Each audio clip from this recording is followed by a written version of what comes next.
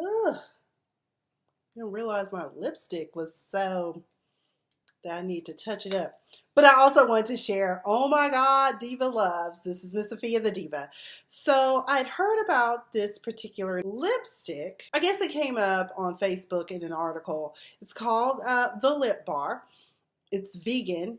It's one of the best lipsticks that I've had is vegan, and I just wanted to share. So I picked it up. It's sold in Target, but you can also order it online. Oh my God, this one is called Purple Rain, and it is amazing. And no, they're not paying me to tell anyone about this. I just wanted to share because guess what, everyone? It is time for us to talk about those classy ladies in Potomac, Maryland. And so you know it's time for Real Housewives of Potomac, Season 3, Episode 5, Shade in a Bubble. And in this episode, we find out some people are just so sad, simple, and dumb. Okay. So let's just hop right into this. Y'all like my tribute to Karen wig, honey. That thing this week, honey. But this one ain't slipping and sliding anywhere, baby. I got my combs on. But I peeped you, Karen, and I noted it too. Just like James Caldwell did about why you did what you did with your shifty wig.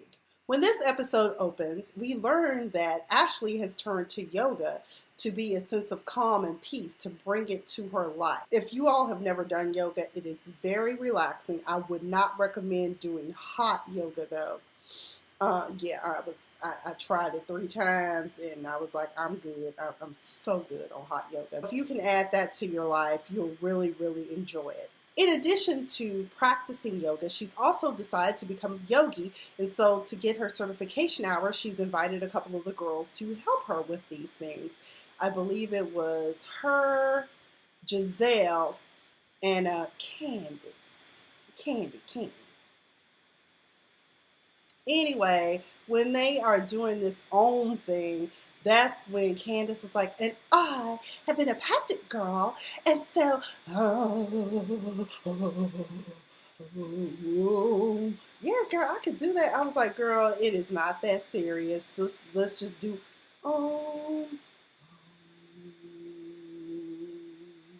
that's all you needed to do. We didn't need for you to run the scales. Afterwards, Giselle and her are talking. Candiace discloses far more than what she should have. I'm like, who does that? Like, who raised you? Did your mom not teach you to have a filter?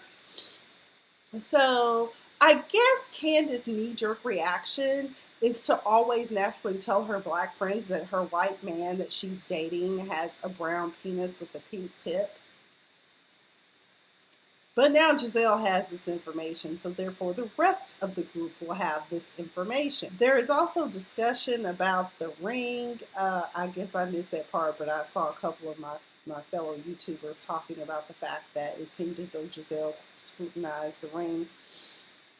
And also she encouraged Candiace to look into having Chris have a prenup because here she go. Well, you know, I'm the one with the money. I mean, he's just broke ass. He ain't got shit. And that's when I was like, let me get a drink. I can't.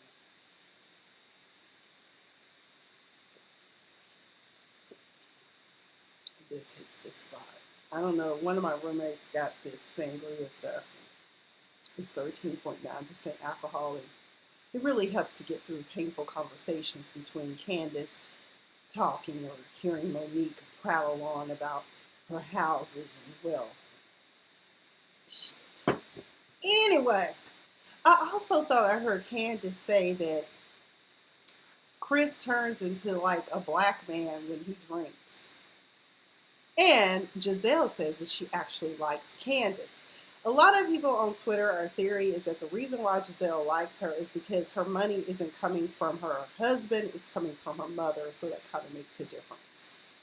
Perhaps. But either way, she likes her better than Monique. I was like, keep talking to Candiace. You probably won't like her either, because most of us in this audience right now don't like her. There is a moment when Candiace and Chris are having dinner, and Candiace really does not... She comes from this supposed wealth, but has no couth or sense of etiquette. Where is Karen to help this child? Etiquette is important. She's like, oh my God, I need to adjust my boobs at the and she just, I'm just like, what? Why are you adjusting your boobs at the table? Because talking about they keep falling out. First of all, you're wearing an ill-fitted bra.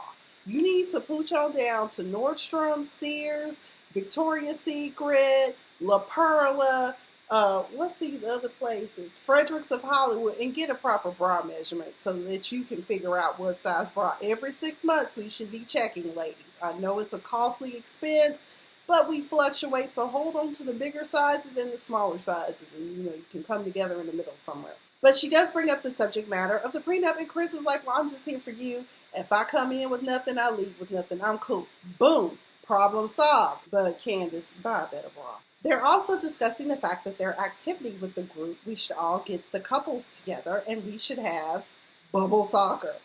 I'm not going to lie, watching bubble soccer seems fun, but after Robyn Dixon's tweet about being inside the bubble, it smelled like armpits, I was like, do y'all not disinfect those after each use? Ew. Okay, Febreze and Lysol. Febreze and Lysol. Okay. But at first I was like, oh, y'all might as well break out the pugil sticks. Y'all ever done pugil sticks? Oh my God, we did it in boot camp to teach us hand-to-hand combat when I was in the Army. Let's just say the heifer that got hold of me, she pugled me down. But she been throwing bales of hay her whole damn life. She grew up on the damn farm. Anywho, Chris is all right with me, honey, because his drink is Maker's Mark. And if y'all didn't know, the diva loves her some Maker's Mark. I'm a bourbon girl. I also like Bullet, too. That's a pretty good one. I need to try that Wood Fork Reserve or whatever. But anyways, diva loves bourbon. Chris loves bourbon. He's all right with me. He's chill. There's also a part of the episode where we see Monique without a nanny or any form of help bonding with her two very cute and adorable children who they're going to stay in PJs all day. And I was like, see, Monique, if you had a nanny or this supposed help that you need, you wouldn't be able to have these bondable moments with your children. Just saying.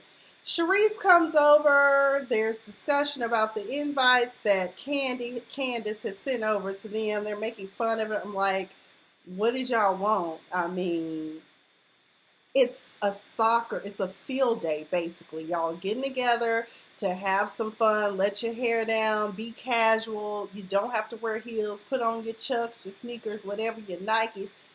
And let's get to it. So I really didn't appreciate that. Monique was telling Charisse. Now, let me back up real quick. Now, Monique and Charisse were saying how Monique was like, oh my God, I really love Charisse. She's like my sister. We get along so well. Do you really now? Do you? Well, needless to say, Charisse learns that Monique seems to think that Giselle needs to get a ghost reader because she can't read. Ha ha ha ha ha. I was like, keep on thinking that. Oh, and also with regards to the invite, it should have been clear. It's gold time. I mean, it's like, that's a play on words. It's fine, Charisse. Girl, you ain't gonna reach all your life. And Monique too. So, one of the best parts of the episode is that it looks like the ladies are getting back to having fun. We getting the band back together, the original crew from season 1, minus that one chick, I forgot, Katie. I'm half Jewish. Girl, shut the hell up. You better start claiming what you really are, Hebrew, the original Hebrew. But let me not go there because some people might get mad and I won't accept the fact that we are who we are. They get together at Robyn's house for a Home Depot version of Paint and Sip. We realize that when everyone is gathered in the room and painting and sipping together, painting the walls, not painting, and writing their issues on the wall. But before that, of course, my beloved soror, Giselle, has to come in all dramatic. And I realize, honestly, she can't help it. This is just who Giselle is. She likes to throw shade and talk about people. It's almost like breathing for her. So when she comes up, she's in these stilettos. First of all, why is the front walk not paved, Robyn? I don't understand it. You tell your landlord to pave the damn, well, that's dangerous. Giselle wobbling in these stilettos. Why is she wearing stilettos to a paint and sip? I don't know. And she's like, oh my God, I'm so proud. She moved down the street and got a whole extra 3 feet. She can't help it, y'all. She can't. That's just who she is. It's like breathing. So Giselle and Karen and Sharice and who else was Robyn? Everybody's together. They painting and sipping, and Sharice spills the tea about what Monique said about Giselle's reading ability, and that's when Giselle was like, she is just so sad, simple, and dumb. A ghost reader? Really? Like, what is that? And I was like, Monique just really is an insecure individual. Robyn also shares the story, and I noted that, was it James Caldwell or Alex Rogers? One of the two, but she was crying about the fact that there was a time when the gas got cut off and her children had to take cold showers. Which was like, I just never want to be this broke again. And I was like, girl, I feel you, because right now I'm on broke and struggle, and this is not a good look. And I'm determined to find some other streams of income to make it do what it do, because this cannot persist. This is not who I am. I haven't been this broke since 11 years ago when I first moved to LA. This cannot go on. But I had to do what I had to do for my own survival. I'm happy, but I'm not where I want to be fiscally. But she was saying it, and then for It's Rocks, she made a note that she was like, girl, you couldn't go to your mama's house. They just up the street. That's true. Why didn't y'all go shower at your mom and daddy's house?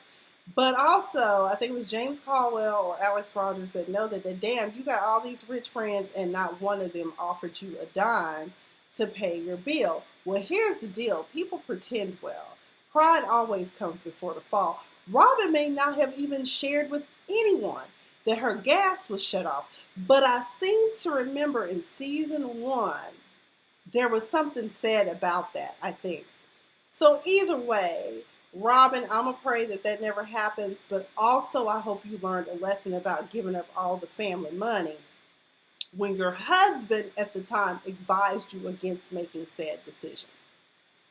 Okay, so take ownership of that, and you'll probably never be broke again in that capacity. One thing we learned is that, I didn't know this, but Sherman used to be a professional basketball player. You know, that's Giselle's boo thing. Yeah, I guess he played. He has a condo in Miami somewhere, and that's why he couldn't make an appearance at the bubble soccer. It looked like it was hot as hell out there. I was like, who's going to be out there doing this? So this is the second time that Robyn meets Candiace.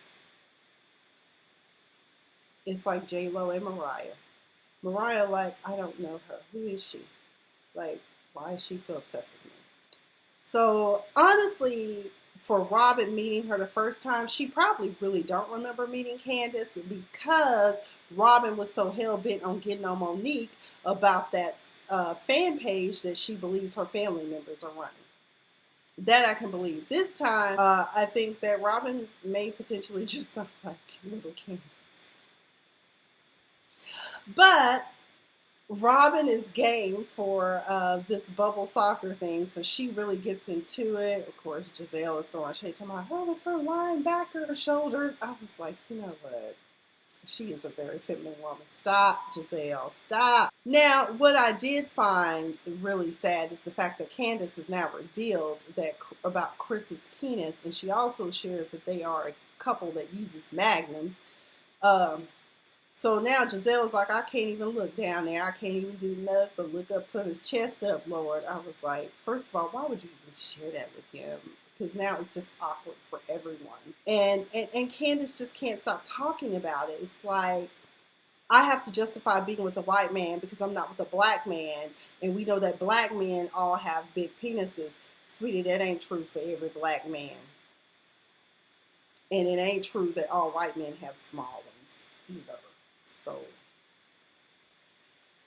let's just say that there's been a couple. I'm like, did it stop growing when you were 6? Okay. Bubble soccer does look fun, but that collide that Candiace and Robyn had, I was like, ooh, that looked painful. And Candiace said she couldn't breathe. Everyone came with their husband no one came with their husband except for Ashley. So, Monique brought her cousin. Of course, she was game for this bubble soccer. Bravo was shady. When the actual game commenced, it only lasted 2 minutes and 32 seconds. And then it was time to eat. Unfortunately, the food gets stuck because there's a construction zone near the park, and so the people are trying to get there, but they're stuck in traffic. These women have no patience and zero time. Oh my God, it's so hot. I'm so hungry. Giselle, I don't need to eat anyway. I'm just like, y'all calm down. Oh, and when Karen showed up, she showed up with her assistant, Matt. I'm like, girl, where are you going in these heels? Basically, Karen was like, I didn't come to play with you hoes. Okay, I did not. And I guess Giselle wasn't going to play either because she didn't play. Sharice, of course, wasn't going to play. We knew that. Karen, like me, I'm going to tell y'all something. I do not like eating outside. And that's why sometimes people will invite me to their parties. And when I find out it's outside, like I think I went somewhere and I was pissed when I found out it was outside. I was like, please don't invite me to outdoor parties. I don't like being outside. There's bugs. Now, unless it's like one of my sorors houses I used to go over, her and her husband had some sort of bug fog. They would like spray over by the backyard and it was bug free the entire event. So it was awesome. So that's cool. But if it's just, I don't want to be outside. And plus I don't like heat. I don't like being cold. I will eat on a patio. Okay. It's California. You eat on a patio. There you go. But Karen was like, just give me a doggy bag. But the barbecue did look delicious. Now, the one disappointing thing, and I don't know how you can miss out on this detail, barbecue is messy. How do you not have napkins? Who was this lovely person who had a barbecue with no napkins? Come on now, Candiace. Come on now, Chris. Get it together. You still being initiated into this group. Anyway, whatever punch that was, that hooch that they had, basically, Giselle was like, girl, this ain't no alpha punch. This is no alpha punch.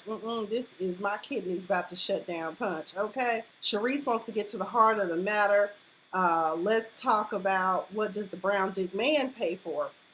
Because what happened is that Candiace started sharing, because Giselle was like, well, what do you pay? What else does your mom pay for? Because she's going to pay for the wedding. She also pays for half the mortgage. She uses our condo. It's her vacation home. And that's when I was like, vacation home? Like, and Chris pays the other half of the mortgage and her car note and some other bills. She kind of just pays the utilities. By the way, at dinner, Candiace, presentation is everything. That weave that you got, I think could have used a good brushing. Because if that's the bundles that you're selling, sugar, don't. I mean, it's all puffy up here now. You're selling hair. You're in the business of selling hair, and that's why I further think that's why your mom just won't let the reins off, because it's like you're not making clear decisions, but you've probably never had to because your mom has always made them for you. That's why you're not an independent adult. But Karen said, girl, don't be telling these women all your business, because anything about finances will come out to bite you in your ass. Ask me, girl, I know. And at that moment, that's when the wig got a mind of its own, because Karen's like, ooh, girl, I'm hot. And then the wig started shifting. And then I think, I'm with James Caldwell. He said he thinks that Karen did that as a distraction to get them off of Candiace. Okay. I was like, girl, Karen, where is your bobby pins, girl? Where is your bobby pins? But I think she did it to get them off of Candiace. I think she might actually like Candiace. Also, before we conclude this episode, there was a scene, and there are preview scenes, Michael and Ashley and her mama. I'm with Funky Dineva. Funky Dineva made a great note last week in his review where he said that, Ashley, you think that maybe if you let your mama go, you think maybe she would be okay living in a tent with this bum that she picked up off the street. And what's more important to you, your mother or your marriage? Now, with your marriage comes money. Without it, you have nothing. And I don't know if you can live off of yogi money. It can be a lucrative career, but it takes time to build a clientele. So Michael is like, I don't think I can continue to invest in this relationship if you're not going to cut your mama off. Now, one of the things I think that some people forget is that Ashley's mother has a daughter with this man, and they've been together 15 years. So I don't know how old Ashley's younger sister is, but that's part of the reason why Ashley pushes so hard.